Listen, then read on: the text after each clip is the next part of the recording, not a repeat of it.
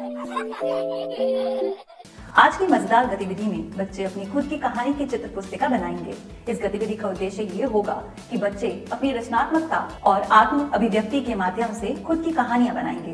कहानी बुनना, सुनाना, अपने विचारों को चित्रों और शब्दों के माध्यम से व्यक्त करना भाषा विकास, रचनात्मकता और भावनात्मक विकास के लिए बेहद अच्छी गतिविधि है।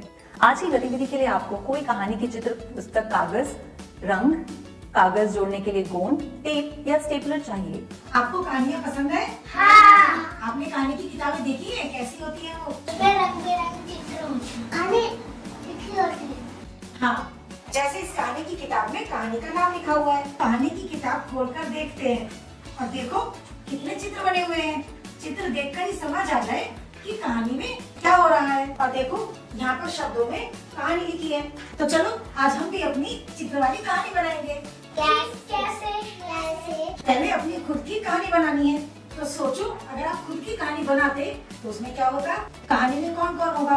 और अगर ऐसा नहीं करना है तो आप वो कहानी भी चुन सकते हो जो आपने पहले सुनी हुई हो। टमाटर पे कहानी बनाओ। मैंने सोच लिया मैं दो दोस्तों पे कहानी बनाऊंगा। अब आपने जो कहानी सोची है उसके लिए आप चित्र बनाओगे और चित्रों से अपनी कहानी सुनाओगे। इससे हमारी कहानी की चित्र पुस्तक बन जाएगी। तो बच्चों, अगर किसी को कहानी में कुछ लिखना हो तो मुझसे भी लिखवा सकता है।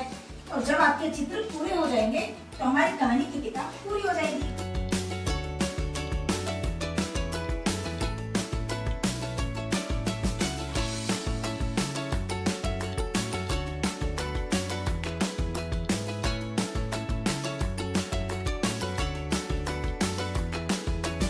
शाबाश बच्चों, आपने बहुत अच्छी किताबें बनाई हैं। तो चलो अब अपनी अपनी कहानी एक दूसरे को सुनाएंगे। ये चीनू और नीलू दो दोस्तों की कहानी। ये सुंदर घर में रहते हैं दोनों साथ। ये दोनों रोज बॉल से खेलने जाते हैं।